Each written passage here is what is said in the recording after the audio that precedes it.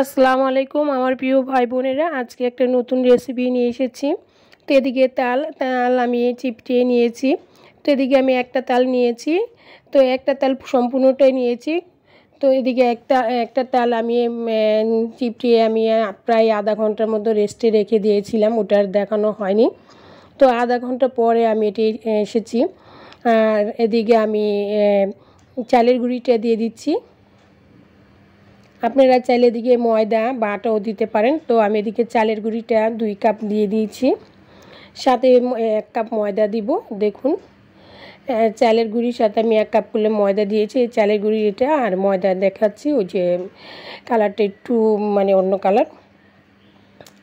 তো এই ময়দা অবশ্যই দিতে হয়, কারণ তালের পিঠা বা বড়া বলেন, তালের এই এর সাথে কোনো ময়দাটা দিতে হয় একটু। আর এই যে আমি কোনো 1 কাপ মতন চিনি দিয়ে দিয়েছি, আর সামান্য একটু লবণ দিয়েছি। একটু মিষ্টিটা যেহেতু হবে এই জন্য একটু লবণটা পরিমাণটা কম দিয়েছি। আর ভালো মতন করে আমি এটি ভালো মতো মেখে নিচ্ছি। আমি করলাম তালটা অনেকখানি নিয়েছি, এদিকে করলাম অল্প তাল না, আপনারা দেখতেই বুঝতে পারছেন বলের মধ্যে নিয়েছি, তো তার জন্য দেখানো যাচ্ছে না।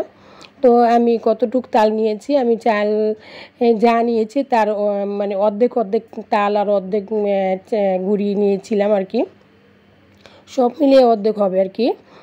তো সমান সমান নিয়েছিলাম তাল আর গুঁড়িটা, এর জন্য আমার পানি ইউজ করানো লাগে নাই।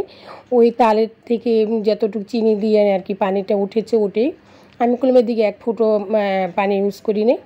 আর এটা যদি এভাবে খেতে চান তাহলে একদম পারফেক্ট দোকানের মতন স্বাদটা পাবেন।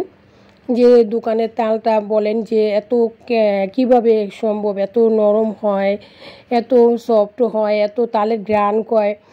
আপনারা যদি একদম তালটা একটু পরিমাণ বেশি নেবেন, আর অবশ্যই তালের 10 থেকে 15-20 মিনিট বা আধা ঘন্টা রেস্টে রেখে দিবেন, তাহলে কোনো তালের পিঠাটা খেতে প্রচুর একদম তালের পারফেক্ট স্বাদটা পাবেন, তোলতোলে নরম হবে আর খেতে দুর্দান্ত স্বাদ হবে। আর আমি দেখুন একটু কোনো পানি বা দুধ কিচ্ছু মিশাই নেই, ওইভাবেই আমি এটা পুরোটা গুলিয়ে নিয়েছি। আর কি পরিমাণ এটা হয়েছে তা দেখেই বুঝতে পারছেন। আপনারা যদি গুঁড়িটা বেশি নেন বা পানি দুধ দেন বা দেন, তাহলে কোনো তালের ওই যে পারফেক্ট যে টেস্টটা ওটা পাবেন না, কারণ দোকানের মতন খেতে হলে অবশ্যই তালটা একটু বেশি দিতেও হবে। আর দোকানে হয়তো তারা তাল দেয় না কি দেয় এটা তো জানা যায় না, কিন্তু গ্রানটা তো ঠিকই পাওয়া যায়। তো বাসায় এত সুন্দর গ্রান নরম তুলে কীভাবে খাওয়া যায়, একদম এই পারফেক্ট টাইম যদি আপনারা একটু ফলো করেন তাহলে বুঝতে পারবেন। আর আমি যখন তালের এই বড়াটা বা পিঠাটা বানিয়েছি, দুর্দান্ত একটা তালের যে গ্রান, পুরা ঘরটা ভরে গিয়েছিলো। আর যে খেয়েছে সেই বলেছে যে এটা এত সুন্দর তালের গ্রান। তো এভাবে আপনারা যদি একবার ট্রাই করেন তো বুঝতে পারবেন। আর এদিকে করলাম আমি একদম চুলা কমিয়ে দিয়ে তেলের ইটি দিয়ে দিচ্ছি, বড়াটি আর কি ভাজার জন্য দিয়ে দিচ্ছি। একটু তাপটা একদম কমের মধ্যে তারপর দিয়ে দিয়েছিলাম। এখন আস্তে আস্তে আমি এটি ভেজে নেব। আপনারা যদি মচমচে খেতে চান তাহলে অবশ্যই এটা একটু একটু কমিয়ে ভাজবেন। আর যদি নরম তালের বড়া যেভাবে খান ঠিক ওইভাবে খেতে চাইলে অবশ্যই একটু হালকা মিডিয়াম তাপে আর কি এটা ভেজে নিতে হবে। তো আমি প্রথম কম তাপে দিয়েছি, এখন মিডিয়াম তাপে করলাম আমি এটি ভেজে নিচ্ছি। আর দেখুন মাশাআল্লাহ কালারটা অনেক সুন্দর এসেছে, আর ভিতরেও করলাম সুন্দর একটা কালার আসবে। আর তালটা আপনারা অবশ্যই চেষ্টা করবেন যে তালটা একটু পরিমাণটা একটু বেশি নিতে। তালের পিঠা খাবেন যদি তালটাই বেশি না নেন তাহলে তালের গ্রানটা আপনারা পাবেন না, আর ওই সুন্দর একটা স্বাদ উডো পাবেন না। আমি যখন পিঠাটা বানিয়েছিলাম বিশ্বাস করেন একদম মনে হচ্ছিল একদম কাঁচা তালের গ্রান, আর পিঠাটার ভিতরে এত সুন্দর কালার, আমি 1 ফুটও কোনো কালার মিশাইনি, কিচ্ছু করিনি। তো দোকানের মতন এমন একটা স্বাদ, দুর্দান্ত স্বাদ।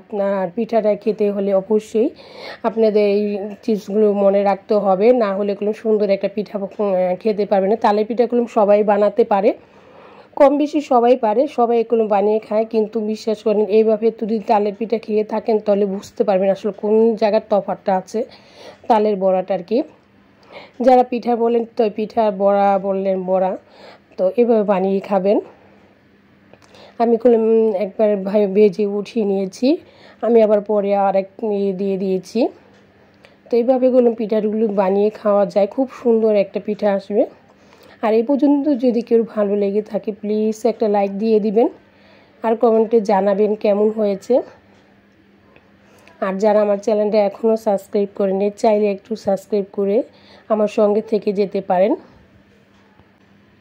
আর আমি উল্টিয়ে পাল্টিয়ে দিচ্ছি, দেখুন, আর সুন্দর একটা কালারও এসে পড়েছে। আর এভাবে পিঠাগুলো সবগুলো আমি ভেজে নেব। দেখুন মাশাআল্লাহ কতটা সুন্দর হয়েছে। আর এই বড়াটা ভাজতে খুবই অল্প সময়ের মধ্যে আর অল্প তেলের মধ্যে অনেকগুলো পিঠা ভাজা যায়। এই তাপও কম লাগে, আবার আপনার তেলটাও কম লাগে এই তালের পিঠা ভাজতে। তো আমি অল্প তেল দিয়ে দেখুন অনেকগুলো পিঠা আমি ভেজে নেব, আবার অনেকগুলো তেলও থেকে যাবে। তো আমি এভাবে আমি সবগুলোই ভেজে নিচ্ছি। তো আমি সবগুলো পিঠা ভেজে নিয়েছি। তো এই পিঠাগুলো এতই সফট হয়েছে, আপনাদের আমি দেখিয়ে দিব যে কতটা সফট হয়েছে আর কতটা সুন্দর হয়েছে। তো এটা পিঠাগুলো অনেক গরম, আমি আসলে ধরতে পারছিলাম না, প্রচুর গরম। তারপর দেখিয়ে দিচ্ছি, দেখুন পিঠাটার ভিতরে কতটা সফট। আপনারা চাইলেও এটিতে শিরার মধ্যে ভিজিয়েও খেতে পারবেন, এত সফট হয়েছে। আর ভিতরে আপনার আর কি পিঠাটা ভাজার সময় আমি বলে বোঝাতে পারবো না, এত সুন্দর গ্রান বেরিয়েছিল আর কতটা স্বাদ হয়েছিল আমি বলে বোঝাতে পারবো না। তো দেখুন পিঠাটা কতটা সফট হয়েছে। আমি চালের গুঁড়ি দিয়েছি, এদিকে 1 কাপ ময়দা দিয়েছি, আর কিচ্ছুটা দিইনি, শুধু এটি দিয়ে এত সুন্দর সফট পিঠা আসলে এভাবে না বানালে আপনারা বুঝতে পারবেন না, একবার হলেও বাসায় ট্রাই করবেন। আর দেখুন ভিতরে কত সুন্দর একটা কালার এসেছে। আর এটা আসলে ক্যামেরা দেখে বেশি একটা দেখা যাচ্ছে না, ক্যামেরা ছাড়া এত সুন্দর কালার ভিতরে যে আমি কী বলবো বলুন। দেখুন আপনারা চাইলেও এটা আবার শিরায় ভিজাইয়ে খেতে পারেন, একদম রস টপ টপ থাকতো। ধন্যবাদ সবাইকে।